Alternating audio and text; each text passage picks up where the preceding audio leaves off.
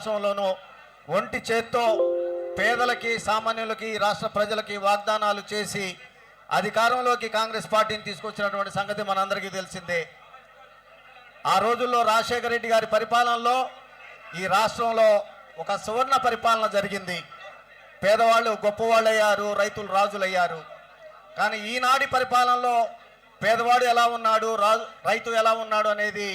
ప్రత్యక్షంగా చెప్పాల్సినటువంటి పరిస్థితి లేనే లేదు. ఒకవైపున షర్మిలమ్మ గారు కాంగ్రెస్ పార్టీ సారథ్యంలో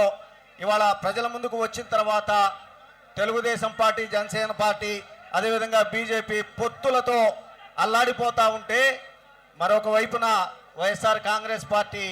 షర్మిలమ్మ గారు రాకముందు వైనాట్ 175 అన్నటువంటి పార్టీ తిరిగి ఈ రోజున దేవుడి దయ ఉంటే అధికారంలోకి వస్తాము అని చెప్పి అంటా ఉన్నారు అని అంటేనే షర్మిలమ్మ గారి పట్ల, కాంగ్రెస్ పార్టీ పట్ల పేదవాళ్ళు, ఈ రాష్ట్రంలో ఉన్నటువంటి రైతులు, మహిళలు అందరూ కూడా ఎంత ఆసక్తితో ఎదురు చూస్తూ ఉన్నారు అనేది గమనించమని చెప్పి కోరుకుంటూ, తిరిగి 2004, 2009 రెండు సార్లు ఎలా అయితే దివంగత మహానేత రాజశేఖర రెడ్డి గారిని, కాంగ్రెస్ పార్టీని ఆ రోజున ప్రజలందరూ కూడా ఆశీర్వదించారో, అదేవిధంగా రేపు జరగబోయే 2024 సార్వత్రిక ఎన్నికల్లో కాంగ్రెస్ పార్టీని ఇటు రాష్ట్రంలోనూ అటు కేంద్రంలోనూ తిరిగి అధికారంలోకి తీసుకురావడానికి, రాహుల్ గాంధీ గారిని ప్రధాని చేయటానికి, ఈ ఆంధ్ర రాష్ట్రానికి తొలి మహిళా ముఖ్యమంత్రిగా షర్మిలమ్మ గారిని చేసుకోవడానికి మనందరం కూడా కలిసికట్టుగా పనిచేయాలని చెప్పి తెలియజేసుకుంటూ, అందరం కూడా చిన్నప్పుడు చెప్పుకునే వాళ్ళం, గతంలో మాట్లాడుకునే వాళ్ళం, అతి పవిత్రమైనటువంటి గుర్తు హస్తం గుర్తు అని చెప్పి, అలాంటి హస్తం గుర్తుని తిరిగి ప్రజలందరిలోకి తీసుకొని వెళ్ళి ఊరు వాడ అందరికీ చెప్పి